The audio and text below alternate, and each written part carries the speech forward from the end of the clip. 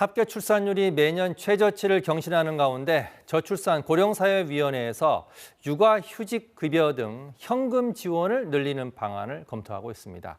재원은 교육 예산을 끌어오는 방안이 언급이 됐는데 넘어야 할 산이 적지 않습니다. 스튜디오에 정철진 경제평론가 나와 있습니다. 어서 오십시오. 네, 안녕하십니까. 예. 네.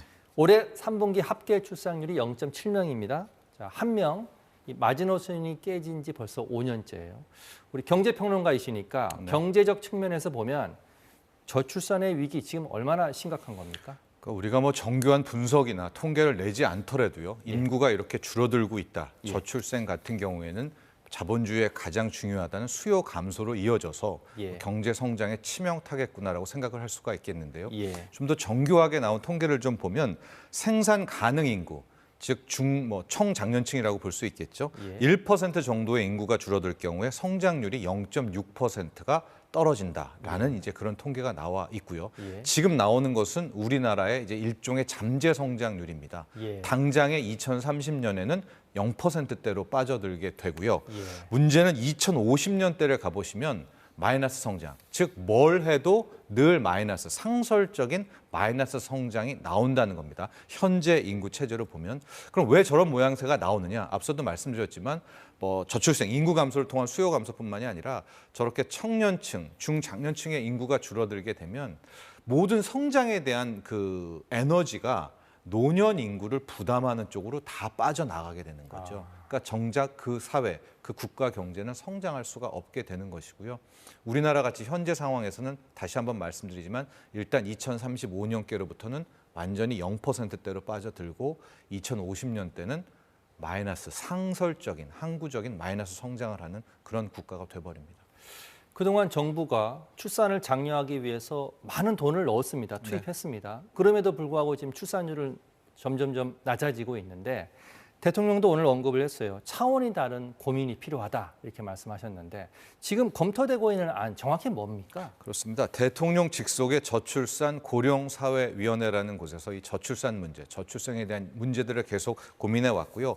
아마도 내년 초쯤에 그 구체안을 발표할 것 같은데 오늘 나온 그 개요를 설명해 드리면은 기본적으로 일단 현금성 지급액을 늘린다는 겁니다. 현금을 더 많이 그렇습니다. 드린다.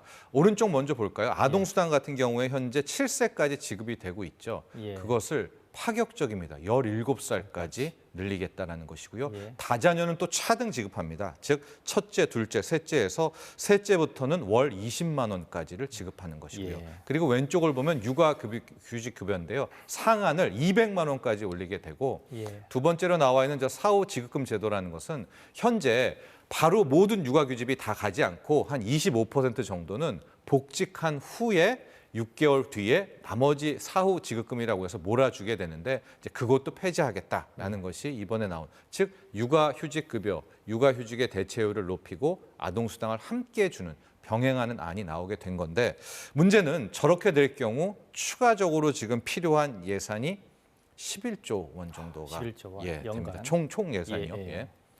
자, 그러면 방금 말씀하셨습니다. 딱 봐도 돈이 많이 들 것 같습니다. 자, 문제는 재원인데 우선 정부위원회 목소리 먼저 들어보고 얘기 나눠보도록 하겠습니다. 큰 틀 내에서 재원 마련이 시급하기 때문에 좀 여유가 있거나 좀 다양한 활용 방안이 필요한 교육세와 지방 교부금에 대한 어떤 논의도 좀 필요해서 그런 부분을 검토를 해왔죠. 자, 지방 교부금 또 교육세 이런 걸 좀 끌어쓰겠다는 겁니다. 표현에도 여유가 있거나 이런 표현이 들어가 있어요. 자, 그러면 이게 어떤 예산이고 얼마나 좀 남는 겁니까, 지금? 먼저 지금 언급이 되고 있는 지방교육 재정교부금, 이게 거의 기계적으로 내 국세 중에 한 20% 정도를 이제 전국에 17개 이제 교육청에다 이제 내리게 되는 것이죠. 그래서 활용을 하게 되는 것인데요.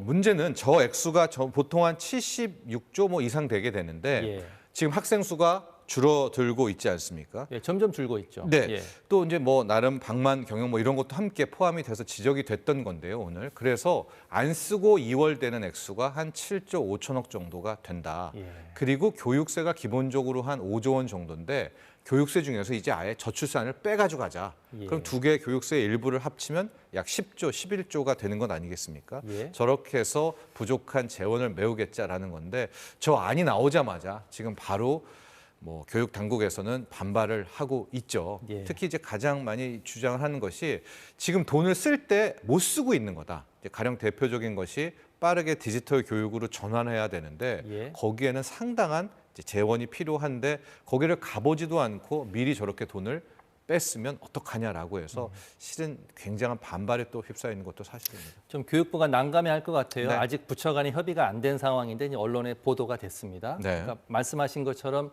돈을 남는 게 아니라 써야 될 때를 아직 못 쓰고 있어서 맞습니다. 그런 주장입니다. 넘겼다 네. 남게 그렇게 지금 주장하고 있는데 네. 국회도 통과해야 되고 자 그런데 궁금합니다. 진짜 이렇게 현금 지원을 많이 하면 출산율이 높아질까요? 효과가 있습니까?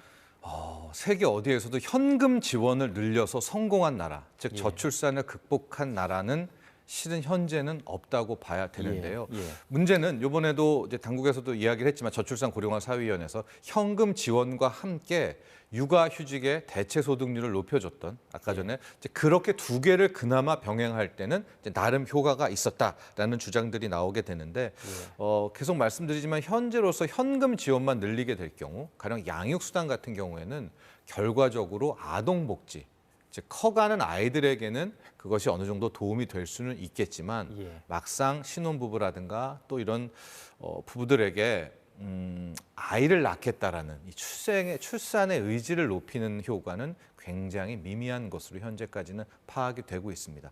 다만 저 육아휴직에 대해서 저게 이제 보육 서비스와 돌봄까지 결합된다면 예. 이번의 대책은 효과를 볼 수 있겠다. 또 이런 평가도 함께 나오고 있습니다. 예. 단계적인 효과는 좀 있겠지만 네. 궁극적인 해결책은 좀 되기 어렵다 그런 말씀이신 것 같은데 만약 그렇다면 추가로 우리가 논의해봐야 할 대책이 또 있습니까? 성공한 나라들을 봐야 되겠죠. 예. 지금 뭐 프랑스, 독일, 일본 모두 우리만큼은 아니었지만 한 명대 초반 출산율이 그걸 이제 대역전을 해서 뭐 크게 지금 이제 저출산을 극복한 나라들이었는데요. 이 세 나라의 공통점은 모두 초기에 비슷하게 우리와 같이 이제 현금 지원들을 그렇죠. 해줬습니다. 예. 근데 이게 이제 실패를 하면서부터 큰 방향 전환을 했다라고 하는데요. 세 가지 공통적인 특징이 있었다라고 합니다. 이제 저출산이 극복되는 과정에서 예. 첫 번째가 여성들의 고용 확대. 근데 더 정확한 표현은 여성들이 실은 일할 때 일할 수가 있겠구나라는 일종의 자신감이 커져갔을 때부터 이건 독일의 연구인데요. 그때부터 아이를 낳기 시작하더라라는 게 첫 번째 요인이었고요. 두 번째는 보육 서비스입니다. 앞서도 잠깐 언급됐지만 돌봄이라든가 아이를 키울 때 있어서 뭐 육아휴직의 소득 대체율이라든가 이럴 때 효과였었고요. 예. 세 번째는 청년 실업률이었었습니다. 예. 결과적으로 청년 때부터 이게 일자리에 대한 어느 정도의 경제적 안정감이 있을 때 애를 낳기 시작한다라고 해서 프랑스, 또 독일, 일본 모두 이 세 가지들의 어느 정도 궤도에 올라와 있을 때 이 저출산의 문제가 극복됐다 하는 선행적 사례가 있었습니다. 예, 대책을 잘 세우고 추진해 나가면 좋겠습니다. 자, 지금까지 정철진 경제평론가였습니다. 고맙습니다. 감사합니다.